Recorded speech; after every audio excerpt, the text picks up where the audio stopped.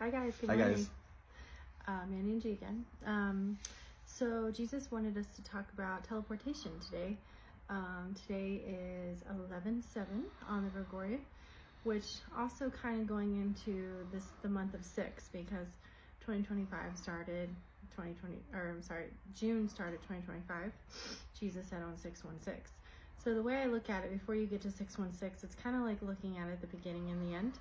So right now, since we're at 11/7, it would be considered 6/7, but also you have to look at it as time dilation because God's calendar is only 16 days, so you really use like 2 months. So I don't know if you remember, but in 2023, 1 and 2 go together, 2 and 3, 3 and 4, 4 and 5, 5 and 6, right? And then vice versa for the next month. So if you're on month 6, you also combine it with month 5. So today would also be like into 5/7, which is a good thing because Jesus had talked about 5/7 to be a very important day for transitioning and stuff. So I like numbers, period. I know this guy. Tell him about your numbers Well, experience. I remember when we first started this, I was like, oh, I hate puzzles and I can't stand numbers. And Jesus was like, my son, you know I am a God of numbers. And I was like, oh shit, you are. Then so after that, I made a conscious choice to really try to understand numbers and You then prayed for particles. and I prayed for particles and Jesus saw, he sees when you're trying something, or you're trying to put effort into it. So he gave me all these particles, and now like he's really been blessed me with. I'm like, I feel like I'm seeing numbers in the sky and I'm putting them together, and I'm all excited. So I love numbers now, and it's a beautiful thing. So. Oh yeah, you should see him. He's very excited about numbers. Well, speaking of numbers, let's finish the calendar. So on God's physical calendar today, it would be 2/2, which is like into 11/11, because you look at 2 is like 11 or 13. Well, we're not going to add up. That would confuse everybody. Okay, sorry. Numbers. See, here's my numbers again. Okay. But yeah, I mean, if you added it up, and you gotta love them. And then the spiritual calendar is 7/2, okay, which can also be 7/11. Yeah. So you just kind of, it's important to learn the calendars because you're seeing how God, he merges everything together and shows you his mirrors. And this is why he gives you certain things. So like he may give you a dream or something and have a date in it, and you can't assume it's wrong because the date passed, because you have to understand he's using his mirrors. He's showing you his calendars. So they all mean something if it is God speaking. You just kind of have to test the spirit. Yeah. So before I get into some of the teleportation prophecies, and tonight, he'll give us a time and we'll talk about more prophecies with teleportation, and that I'll read the whole prophecy in December. But I want to show you it was like an out-of-body vision, really. So there's different visions. Okay, so I've had, in 2019, when I was driving the car to Nashville, my father was in the hospital, home from Nashville. I was with my dad like every day that week. He had Whipple surgery because he had pancreatic cancer. And actually they caught it early because, Jesus blessed him before that with 10 years of remission from another cancer that was like stage 4 lymphoma B. And it was all in his bones and lymph nodes. So that was like a miracle in itself. And God kept him, in remission. So, but he had his regular CT scans and stuff. Oh, I forgot to put my necklace out. Thanks. I love my little necklace. Okay. He had his regular CT scans and stuff. So he was doing good. The surgery, I was with him for 5 days, and I had to go to Nashville for this like manager meeting or whatever.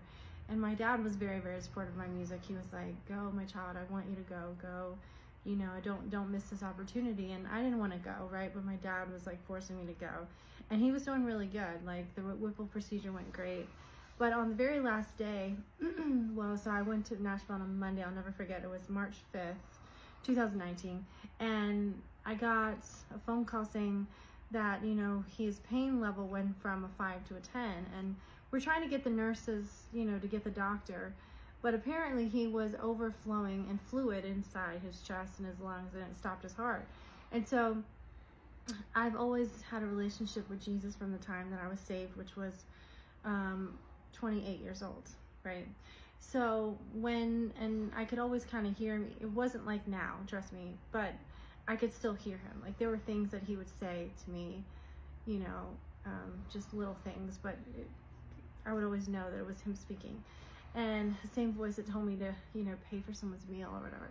But anyway, so I got the phone call, and so I pulled over and I started crying to the Lord, you know, pouring my heart out to him for 20 minutes. And then I get in the car, and my music producer's with me at the time because he came to Nashville with me because we were auditioning for some manager thing.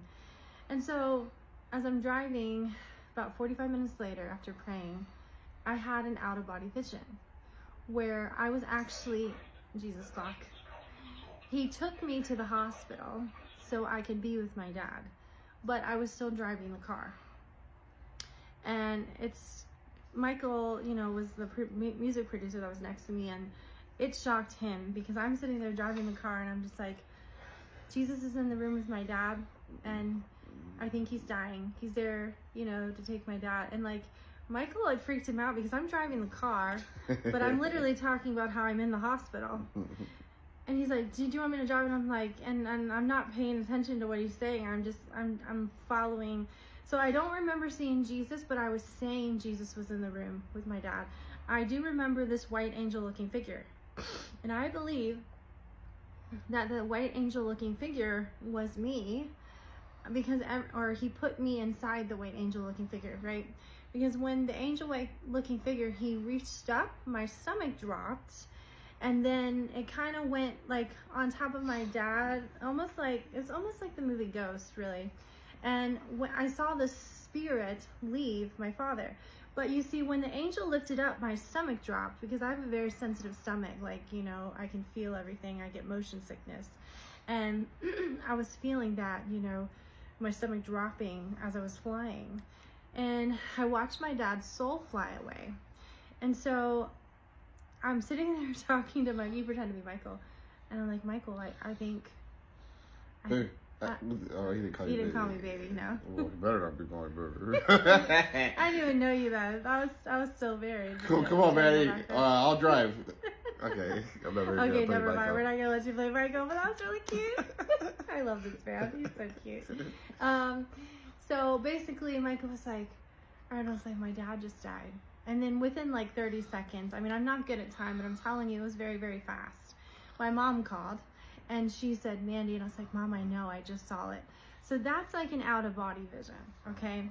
Well, back to my story of teleportation, Jesus gave me an out-of-body vision about teleportation, and this is very exciting. So I used to live with my mom, you know, when I was taking care of my grandmother, because, you know, she fell at Christmas time, and I was there to, you know, you can tell them stories how I was like always there 24/7. Yeah, she had a little bit of dementia.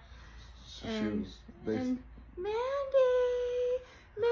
She was 24/7 in nurse care for this beautiful old lady. This beautiful old lady. I love my daddy though. Had diapers, and this beautiful lady had to change the diapers. And you're talking to someone who's never had kids in this realm. Yeah. So it's like it was like crazy because I'm just like, I don't know what to do. But luckily, like, had Peggy like next door who would like come over and help me, like, you know, change her because we'd have to roll her and stuff. But some of the times I had to do it by myself. But she, you know, she was a handful. But you know, and she was funny because she'd forget that I visit her, so I'd have to write down the time. So I'd go in the room. And I'd be like, Nanny, look, I was here at this time and this time and this time. Because she was just like, no one comes to see me anymore. No one visits me. I was like, Nanny, I was just in here 5 minutes ago. So I'm sitting there working for Jesus, taking care of my 98-year-old grandmother. And everybody's calling you evil and everyone's calling me evil and horrible. And I'm just like, what am I doing wrong? I'm like, I'm doing everything I can. Poor thing. Oh, that was very, very challenging for me. For a whole year. At that time. About a year. And you were away from your husband the whole time, so it was tough. So I was away from him. And, you know, that was very, very tough. But those are the things that, like, you have to do. Jesus says, hey, you're done your career. 12/11/2023, he said, you're not renewing your license for real estate. And I said, okay, Lord. I listened to Jesus. You know, that was a big faith test. But when he told me not to get a bed, you know, I had thought it was about rapture because he kept talking about rapture. You know, there's no time. But now I know he speaks in future, right? So I realize now he told me not to get a bed because I wouldn't have been there. Why waste $1,200 on a bed when you're going to live with your grandmother? So I got the apartment, you know, after the Lord told me to get the apartment. And literally he picked the street and everything. People think that he's not behind us, but like he literally picked the street and every single thing. And my childhood address growing up was his birthday, and now his house is my birthday. Yep. You know, with for the door. But so anyway, you just can't make stuff up like that. It's all Jesus, and it's really beautiful how he works. Well, okay, so back to the story. I had an out-of-body vision of teleportation, I think after my grandmother died, and it might have been like during, I can't remember the date, but anyway, I saw myself in the room where I used to stay at my mom's, and I was changed into my glorious body, and I was walking across the street where Peggy used to live. I don't think she lives there anymore now. She had to move last year after her husband died, but I remember seeing her husband, Brad, and I'll never forget because I walked in the kitchen. I was changed completely. I saw Brad on his knees, you know, calling out to the Lord. And what's beautiful about this is Brad, he never talked about Jesus or anything like that. And I remember when he started to get sick, you know, Jesus had a message for him. He had said, I don't want you to give up, and I don't want you to think that the devil has you, right? Well, we never know Jesus' plans, right? But now I know the teleportation thing was because he's going to turn the dial back, and Brad will be back. And so those are some of the amazing things. So yesterday, which I haven't released this video yet on YouTube, but the whole zombie talk that I was talking about, different creatures, raising the dead is like the zombies. It's like it's like Lazarus, which Jesus is going to show, because you have to understand, you know, that clock stopped, right?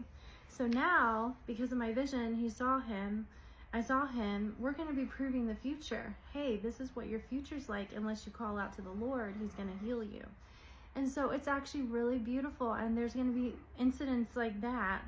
And he's also, I've seen my dad and my sister in other worlds, because they both died in 2019. And that's also how he's going to show the supernatural, by switching them out from another world. And it's really beautiful because, you know, they didn't die in every world. And I know that sounds crazy, but I've seen them in my dreams. Jesus shows me all that stuff because he's using us to wake people up to his mysteries. And we're just obedient, and we say every single thing that he teaches us, like no qualms, nothing. Like we believe it 100,000%, and we don't even question it, because we know you have to understand how he works in our life. I mean, it is truly amazing. So, but before I go into that, the teleportation, do you remember the rest of the story? Where like we wake up and we like run to my mom? No. Okay. I love it. Feel free to, you know, come at any time. I will.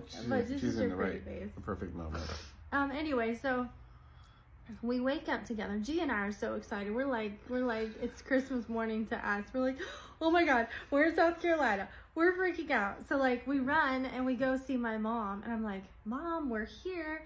And then I saw my mom in the vision, and she's just sitting out in her garage, and she's smoking her cigarette, and she's like, Peggy, you're not gonna believe this.